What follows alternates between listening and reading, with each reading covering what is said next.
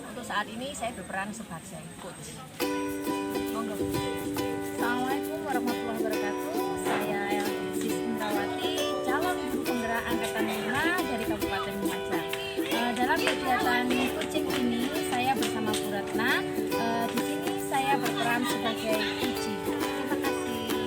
Dan pada kegiatan coaching pada siang hari ini kami akan mengangkat tema bahwa seorang coach ini merasa kesulitan karena dia di dalam kelasnya pembelajaran berdiferensiasi itu tidak dapat dilaksanakan dengan maksimal.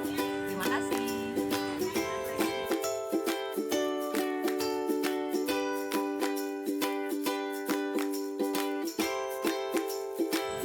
Halo, assalamualaikum. Ngapunten Bu Ratna. Bu Ratna ada waktu nggih? Iya, saya mau ada perlu sedikit. Minta waktunya sebentar. Oh, Bu Ratna nggak ada chat hari ini. Oh, nggih. Saya nanti ketemu dulu ya di Taman Dunia Perpustakaan nggih. Saya mau ngobrol-ngobrol sebentar. Matur nuwun ya, Bu Ratna nggih. Nggih.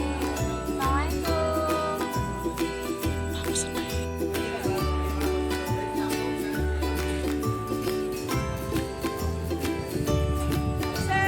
Assalamualaikum Bu Ratna.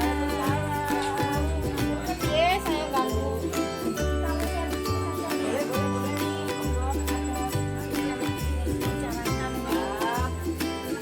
ini saya ganggu waktunya nih. Ngapunten kok, Bu. Assalamualaikum Bu Ratna. Waalaikumsalam. Ngapunten ini, saya ganggu waktunya jenengan. Punten, Bu Sis. Wes, tadi itu saya sampai telepon karena nggak ketemu, makanya Oke. tadi saya telepon wes daripada nyari-nyari nggak ketemu. Tadi wes tak telepon tak tunggu di sini saja. Iya, enak ya ketemuannya. Bu Sis ngajak Terus ketemu biar di nggak taman. duduk ya Bu. Iya, Aduh, betul. kalau di sana di kantor terus nggak bisa ngobrol, lihat buku-buku. itu Sumpek wes, ya, Bu? Waduh, betul. Tadi saya dari kelas itu juga sumpek. Terus makanya saya telepon Bu Ratna. Saya pengen ketemu Bu Ratna. Tak cari tidak ada. Akhirnya ya saya ngajak janjian di sini nih sambil cuci muka. Betul sekali. Kebetulan tadi juga saya pas jam kosong ini, Bu.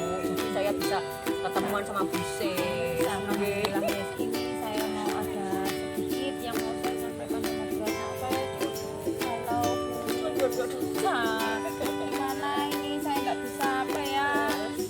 Saya nggak bisa tidur Bu. Wah, Ini pembelajaran anak-anak itu guys. Makanya saya pengen ngobrol-ngobrol sama Bu Ratna. Jadi yang mau dibicarakan Bu Sis itu apa sih, Bu? Kok kayaknya sebegitu urgentnya gitu loh, Bu. Sampai ngajak ketemuan di sini tuh loh, Bu. Lalala. Soalnya kan ini masalah pembelajaran anak-anak di kelas. Oke, gitu. Bagaimana, Bu?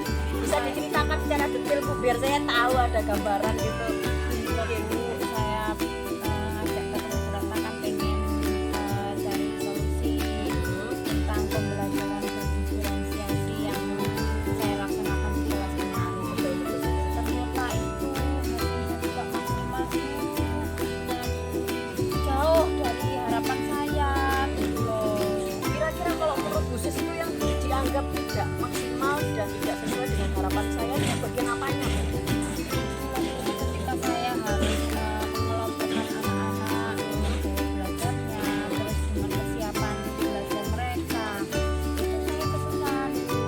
Kan ada sebagian anak yang sudah bisa menulis, tidak bisa membaca. Terus ada yang bisa membaca, tapi nulisnya nggak karu-karuan Bu, kayak cakar ayam, terus namanya juga kelas 1 gitu Bu. Terus saya tuh ini mau dikelompokkan kemana? Mau saya kelompokkan ke yang bisa menulis, nyatanya dia tidak bisa menulis tapi bisa membaca. Saya kelompokkan di bisa membaca tapi anaknya nggak bisa menulis. Jadi saya bingung. Akhirnya kegiatan pembelajaran berdiferensiasi saya itu nggak berhasil Bu.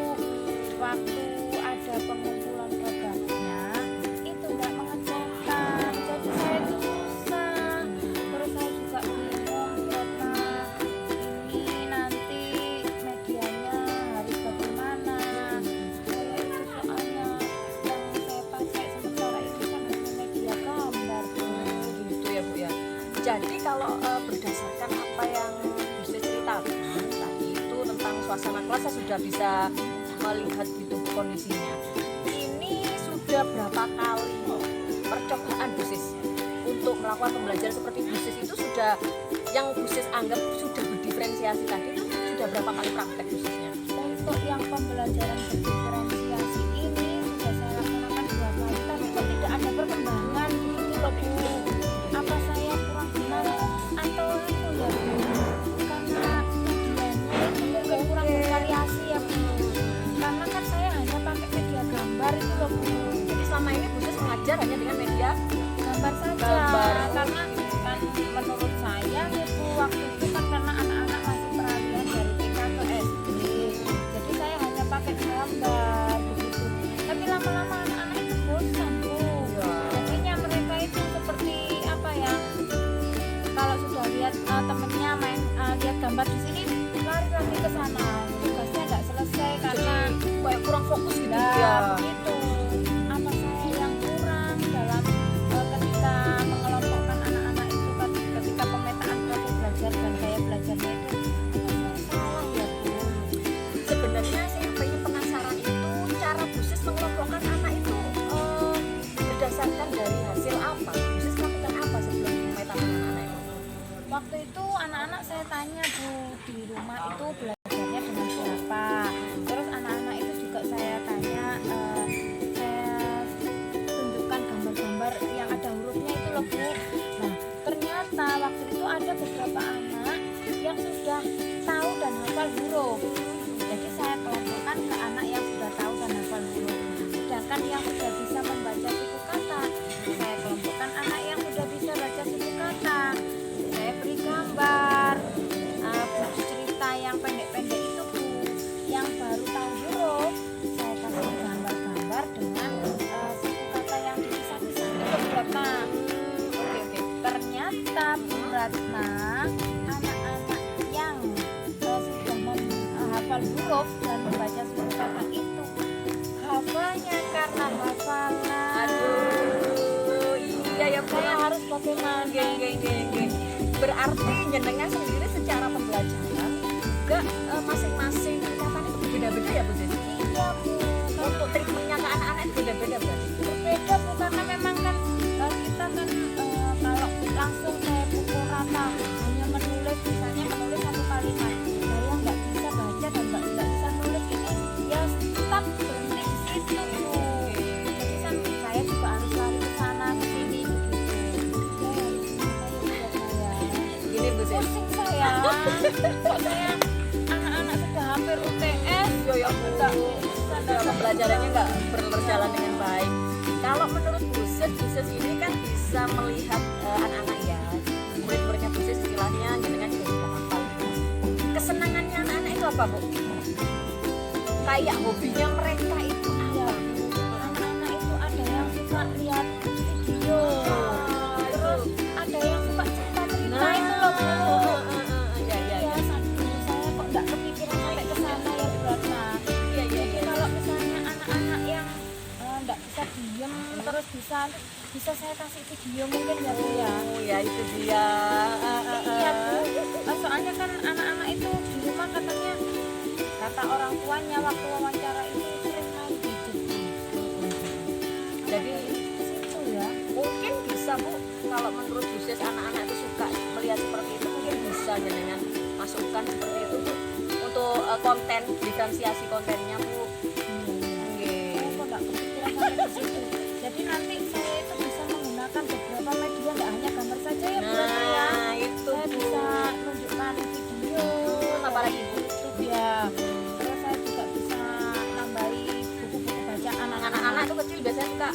main itu loh Bu, yang game-game Nah itu. itu juga bisa Bu. Iya, berarti saya harus membuat dari edugame itu saya buat saya masukkan pembelajarannya ya Bu. Bisa Bu seperti itu. Dan kalau misalnya jenengan itu sudah punya planningnya seperti itu, kira-kira dukungan seperti apa yang Bu Sis butuhkan dari sekolah? Kalau untuk permainan dan menggunakan sumber belajar yang pakai internet lah, kita kan pakai HP ini nanti rencananya saya itu. Saya pakai di sekolah, saya harus ngatur ke kepala sekolah dulu ya Bu. Bisa. Kan di sekolah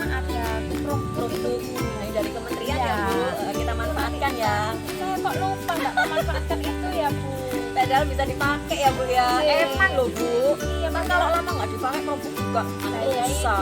mungkin karena saya terpacu memikirkan bagaimana cara anak-anak bisa membaca, jadi saya lupa itu. Padahal banyak metodenya ya.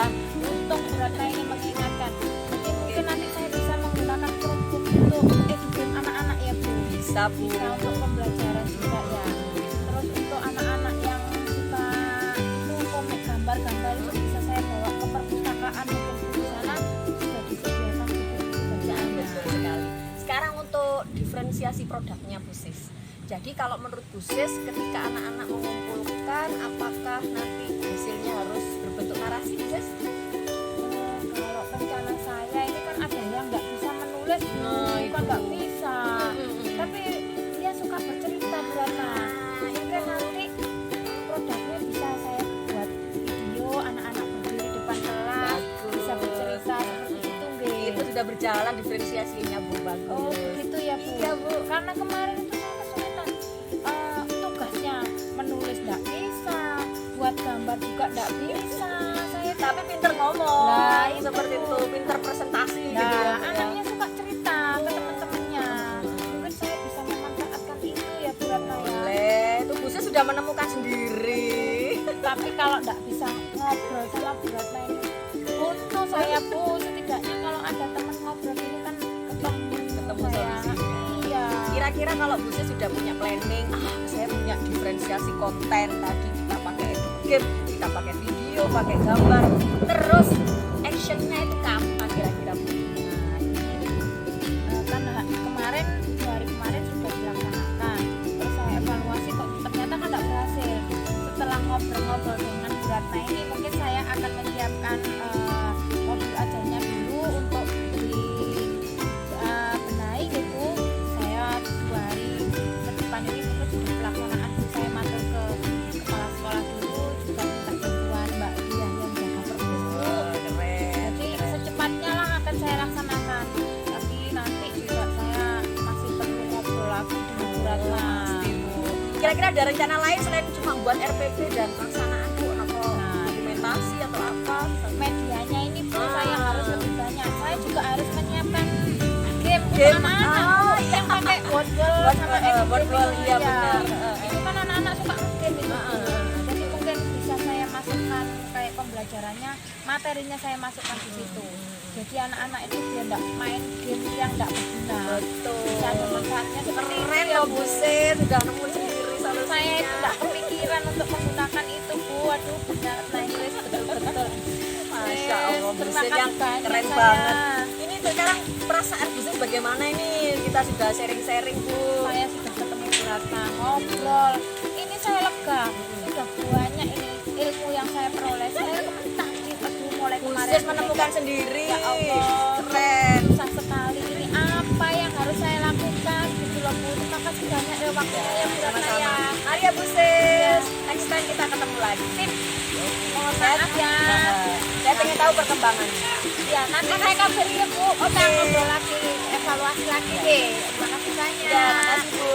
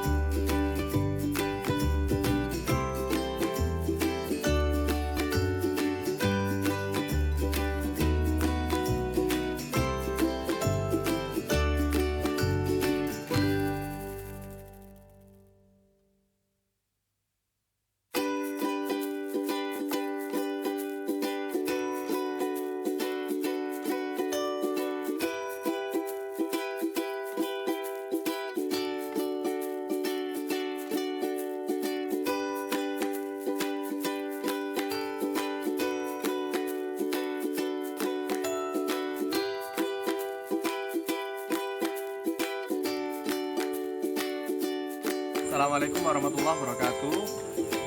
Saya Abdul Ghafur, CGP Angkatan 5 dari Kabupaten Lumajang, akan melakukan refleksi dari kegiatan coaching yang dilakukan oleh Bu Ratna sebagai coach dan Bu Sis sebagai coach. Ada beberapa poin yang akan saya refleksikan. Yang pertama adalah yang sudah berjalan baik selama kegiatan coaching.